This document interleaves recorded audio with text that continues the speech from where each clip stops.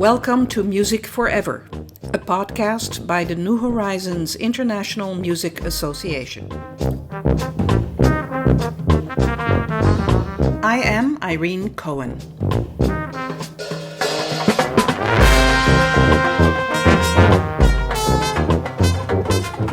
Mary Gillard graduated from Western University in London, Ontario, with a Bachelor of Music and Honours in Education degree. She retired in June of 2014 after 31 years of teaching music in London at Clarke Road Secondary School. She introduced a classical guitar program and built a highly successful 4-year program. Mary also taught vocal and instrumental music and was vocal director and keyboard player for 15 school shows. Mary sang with the Gerald Fagan Singers in London, Ontario, and continues to sing in a community choir in St. Thomas, Ontario. Mary started conducting for the New Horizons Band program in London, Ontario in the year 2000. She has conducted in many New Horizons music camps, including in St. Catharines, Ontario, Chautauqua, New York, Cincinnati, Ohio, and Tremblant, Quebec. She also travels to Europe with the London, Ontario New Horizons Band. In this interview, Mary gives insight in how music has impacted her life and how she loves giving the gift of music making to others. Well, hello, Mary. Good morning. Good morning. It's just wonderful to have you here. Mary is from London, Ontario, and in fact, one of the conductors of the New Horizons Band that I play in. We're sitting here at the kitchen table doing this interview, so welcome and thank you for doing this. Thank you for asking me. As you know, our first question is always, how did music get in your life? I started playing piano when I was 13, by default. My mother had played piano when she was a young girl, and she married a farmer. So my first 12 years on the farm, we didn't have a piano. And my older sister decided that she wanted to take piano lessons, so a piano was purchased. My sister only lasted through 2 lessons, but I kept going. I loved it. I didn't have to be reminded to practice. I really enjoyed the skill development, and my favorite thing to do on Saturdays was to go shopping with my mom and purchase the most recent Broadway musical or pop tune. Do you remember your mom playing the piano? You say she used to play piano. Well, because we got this piano, she started to play again, and it had been quite a few years since she played. So we would play duets. When I got to a certain level, she would play the second part, and I would play the primo part, and perhaps just the right hand. And it was really wonderful to sit down at the piano together with my mom. And I progressed fairly quickly through those first few years, despite having a different teacher every year. So one of the things when I reflect back on that is that being exposed to different piano teachers gave me a lot of different perspectives on playing the instrument. So I went from a beginner to roughly grade 8 piano in about 6 years. So when I went to high school, I didn't take music in grade 9. I was playing the piano. I took typing. It seemed to be one of those courses that everybody took at that time. But in grade 10, having heard the high school band, I decided I want to be part of that. And then ended up playing French horn for 4 years and being part of that band. When I did go to Western, I went as a piano major. I quickly decided to go into music education. And in the music education stream, you need to play a large number of instruments. Each year you play 3 or 4 different instruments until you've got a good working knowledge of all of the wind instruments plus percussion. So along the way, I brushed up on trumpet and trombone and saxophone and oboe and cello. The only instrument that I really didn't get in my 4-year program at Western was the baritone. But when I went to teacher's college, I played that. And then in my first couple of years of teaching at the high school, they needed a tuba player, so I picked up the tuba. So over those first few early years, I learned to play all of the instruments. So trumpet is an instrument that I came back to when, after I retired from teaching high school, I was teaching privately, and it became my demonstration instrument.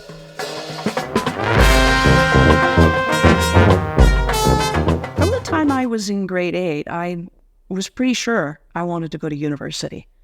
None of my siblings did, but I thought I want to go to university. And my summer work through high school was at a golf course.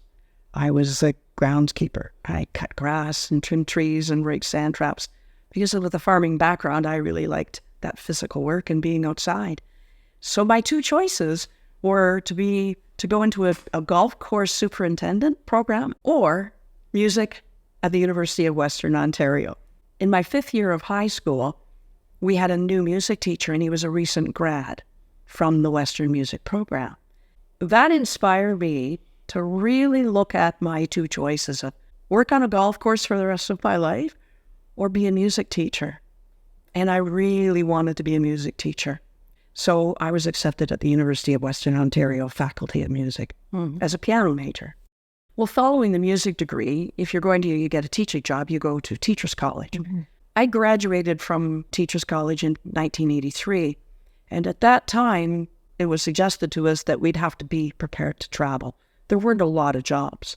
Following Teachers College, you start the process of interviewing, and I did a blanket interview in London and was accepted as a candidate for any jobs that came up in London. But I also went to Bolton, Wyerton, and Sault Ste. Marie, Blind River, for interviews. And the interesting story is that I came home from one of those trips, and I was moving out of my apartment to live with my parents on the farm. And I was just about to unplug the phone when it rang. And it was one of my associate teachers. And he said, "They're interviewing for a job at Clarke Road tomorrow." The interview felt good for me. And that afternoon, about 2 o'clock, I got a call, offered the job. I was at Clarke Road 31 years. You don't hear often anymore that anyone stays at one job, at one site, for a prolonged period of time. You came right out of your schooling, had a career in that one particular area of the city. Can you think of things that you would consider to have importance for being in one place for that long teaching music? I've been reflecting on that since I retired 10 years ago. I had the opportunity of working in one of my placements, my student teacher placements, with a woman by the name of Lorraine Ferguson. And when I worked with Lorraine, what I noticed immediately was how effective she was in the classroom at taking the students through step-by-step procedures, and they would be so successful. You could hear the improvement. So in my first 2 years of teaching, because I had 300 grade 7 and 8s to work with, 10 classes, I had no practice teaching experience in that area. So I had a lot to learn. But it was formative for me. I attribute a large degree of my growth as a music teacher to those early years of doing things over and over and over again, day after day, and every class would be different. So I had to adapt to each class to say, oh, that worked with my last class, but it doesn't work with them. I had attended a workshop in Toronto on guitar, and I was so excited and thrilled about what you could do with guitar. This was new. There were no guitar programs in London. I talked to my department head at the high school, can we offer this at Clarke Road? I think we have a clientele of students who would take music, who aren't taking music now. It won't take away from our WIN program. It won't take away from the vocal program. It will add to our numbers. We grew from having about 6 sections of music to having 14 in 10 years. So you ask, why did I stay at Clarke Road for 31 years? I think what happened is I kept being asked to do things that weren't in my area of expertise. Now I was a guitar teacher. I wasn't a voice major, but I was doing vocal classes at Clarke Road. And I wasn't a math specialist, but I was teaching math. So over those years, my job was to grow in those areas and to be part of a really vibrant music program. In which way do you think your math education assisted you in teaching music? Do you think there was any correlation?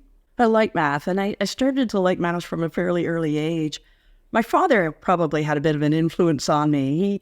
As a farmer without any formal education, he was a very smart man, and he read enough to keep his brain active, and he loved specialized math questions and problems and tricks. Mm-hmm. That instilled in me a love of numbers. In music, you get both sides of the brain, the emotional part, the interaction, the metaphorical side, the storytelling, mixed with the objective side of the brain. So it was just, I think, part of me all along, mm-hmm. but it was enhanced mm-hmm. by working in the different areas and trying to get better at being a guitar teacher, getting better at being a vocal teacher, and continuing my work with instrumental. So you had this lovely long career. I'm sure you have a million memories and a million stories. Any particular story that comes to mind? You say, wow.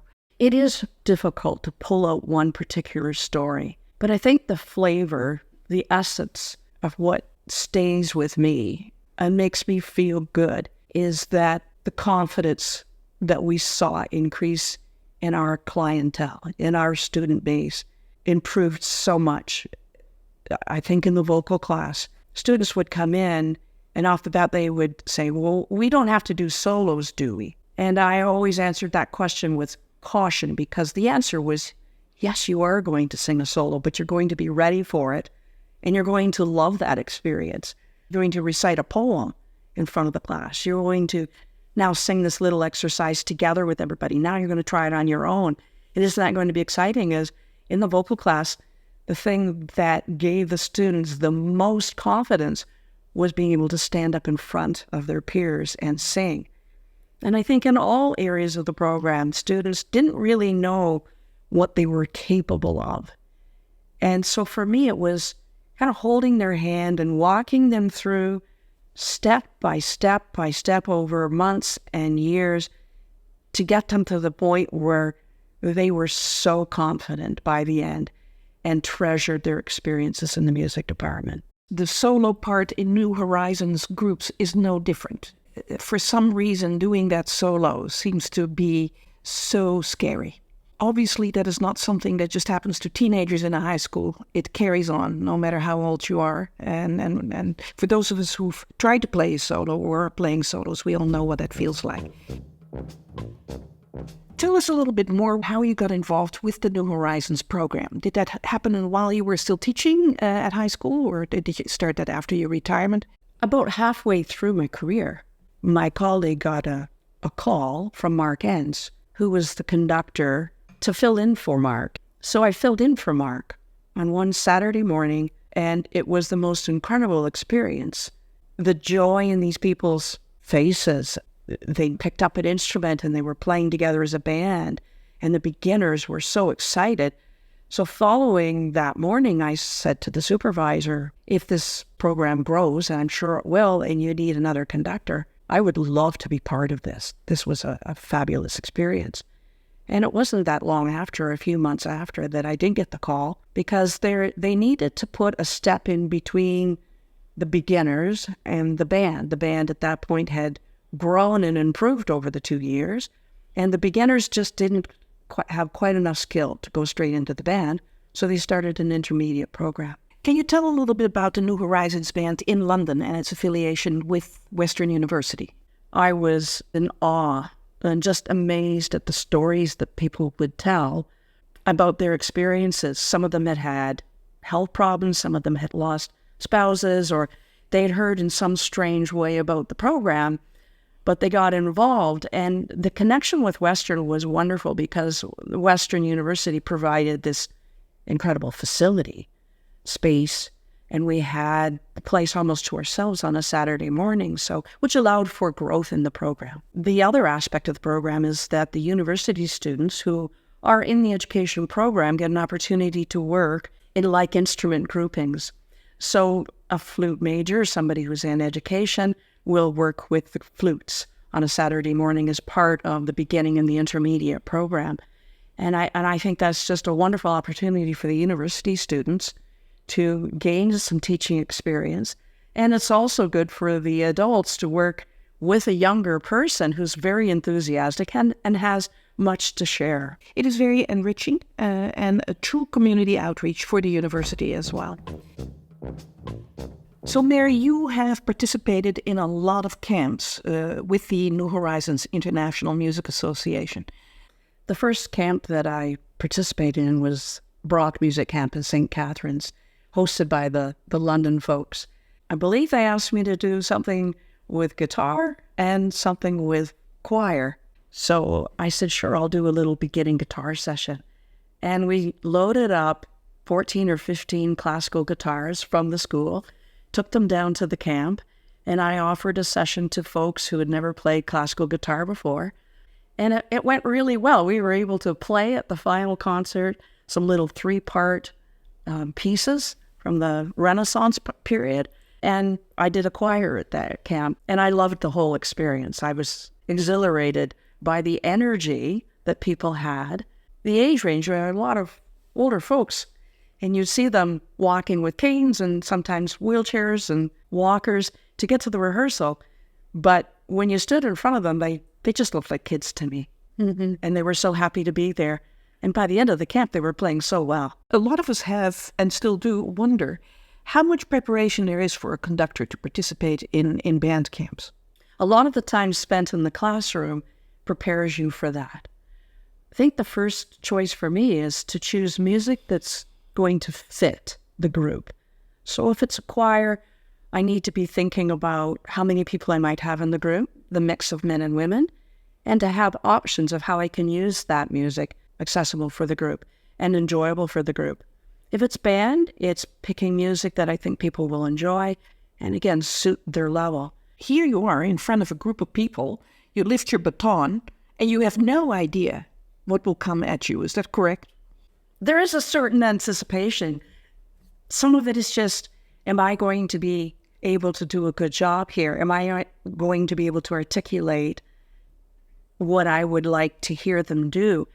And you just have to hear them first to see where they're at, and then my brain automatically comes up with a plan. And again, I think years and years of sequential teaching, listening to a class play, a class sing, a performance, this is where they're at, and this is where I'd like to see it go, step by step. It's that logical progression of taking them from where they are and moving them forward in another direction. That's the thrill for me. Yeah, I can just see that. I can imagine it.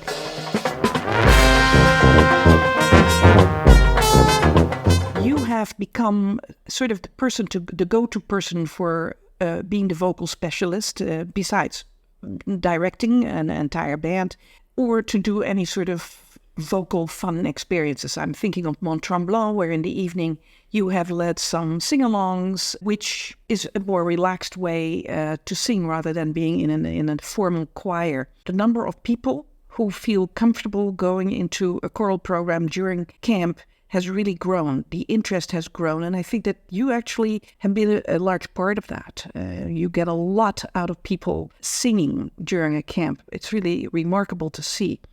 Can you share a little bit of your experience doing that vocal work? Thank you for acknowledging that. I watched other conductors, choral conductors, and I went to workshops, and I continued to sing in a chamber choir. So over the years, you pick up skills, you pick up an understanding of repertoire, what makes repertoire exciting, how to choose good music is something that I really worked hard at over the years. Mm-hmm. Choosing good repertoire was very important for me. Mm-hmm. And it was choosing music that, first of all, had educational value, but also would be enjoyable for the students. When I look at the choral work that you do, and I've also participated in it myself, what is different, do you think, for a person to say, I'm going to do a session during a band camp of vocal work? This is not something the majority of us is used to, and the main reason people choose not to do it, of course, is I can't sing, or I don't know how to read music and then sing. I know how to do it on an instrument, but I don't know what a G sounds like. when you asked me to sing it. So there are some hurdles I think that people need to overcome. People are watching other people doing it and actually say, wow, I think I'd be interested to try that out. What would you say to a person who goes to a band camp and is maybe thinking of doing some vocal work, as to what the advantages are to do a class like that during a band camp? So the first thing is to get people to, as if they're playing a wind instrument, is to use their air. It really focuses on, singing is all about breathing, taking air in and then floating it out their mouth over the vocal cords, allowing their vocal cords to vibrate. So I just developed a lot of tricks and strategies to get them producing sound with their voice. And once you get them using their sound and relaxing their bodies, then you can start to introduce, well, let's just sing this melody. And it's just, again, step by step, I start to listen to the vowels that they're making. So I have simple exercises that right away focus on producing good vowel sound. And if they're opening their mouth in a certain way and producing good vowels, it will be beautiful. So it's showing people that even if they don't have any formal background in singing, they can sound good in a relatively short amount of time. Making music is risk-taking. We expose ourselves.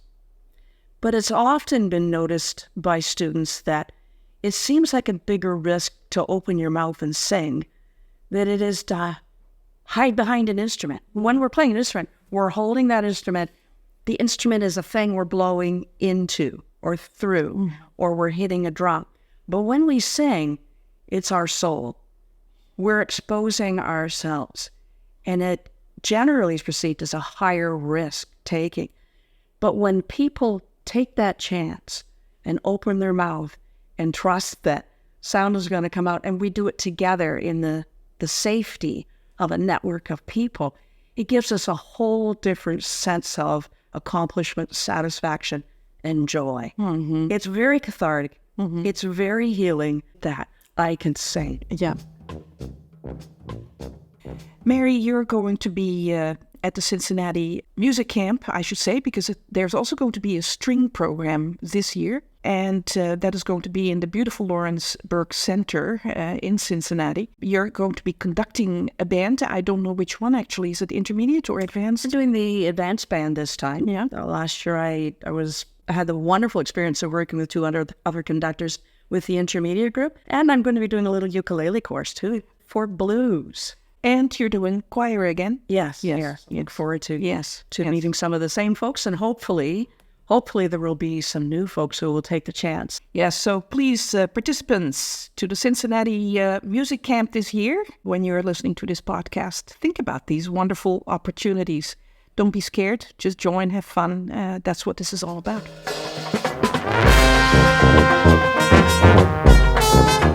Tell me a little bit about the wonderful trips that our local New Horizon band makes every 2 years to Europe. You are heading out shortly after the Cincinnati Band Camp to Europe again. And this is very unique to the New Horizons band in London. Tell us a little bit more about the upcoming trip and maybe past trips that you've done. I was first asked to join the trip group in 2019 for the Ireland trip. And I was pleased to be asked, and it meant sharing the conducting role with Mark, which I was really looking forward to, excited. It's very special to be in Europe, perform, tour, to be part of that. So on this trip, we are going to be staying in 3 cities, Brussels, Dieppe, and Paris. But we also are going to be visiting Bruges and Ghent and doing some wonderful sightseeing. Oh, what a beautiful area. And of course, Dieppe and that whole area of Normandy for Canadians has special meaning in terms of the participations in the D-Day invasion of France. It's a very proud moment for us. And as Canadians, we do understand how important our role was in the war. Mm-hmm. And this just gives us a chance to acknowledge that and share with them again. So Mary, in the big picture, when you think back to your involvement with New Horizons, what has that meant to you as a conductor? I started working with the New Horizons band at about the midpoint of my career. So for 15 years, I hadn't really been teaching band in the school. My focus was the guitar classes and the vocal classes because there was another music teacher doing the instrumental music. So it really meant I was taking the skills that I had developed as a teacher in classical guitar and voice and reapplying them back, mixing it with my skills in my undergrad degree, and working with these wonderful adults, a different area of education. So it allowed me a lot of opportunity to grow with the program. Thank you so much to give this wonderful interview. And through music, we get to know just these wonderful things about each other. So thank you so much for doing this. Thank you.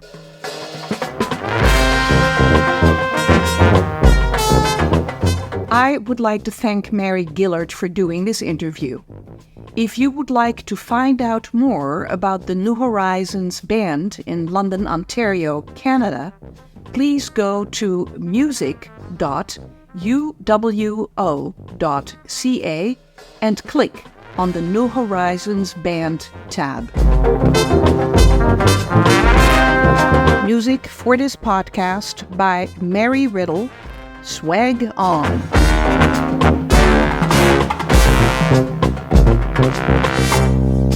Thanks for joining us for this episode of Music Forever. If you are interested to be interviewed for this podcast, please email us at nimapodcast@gmail.com. That is NHIMA podcast@gmail.com. See you next time.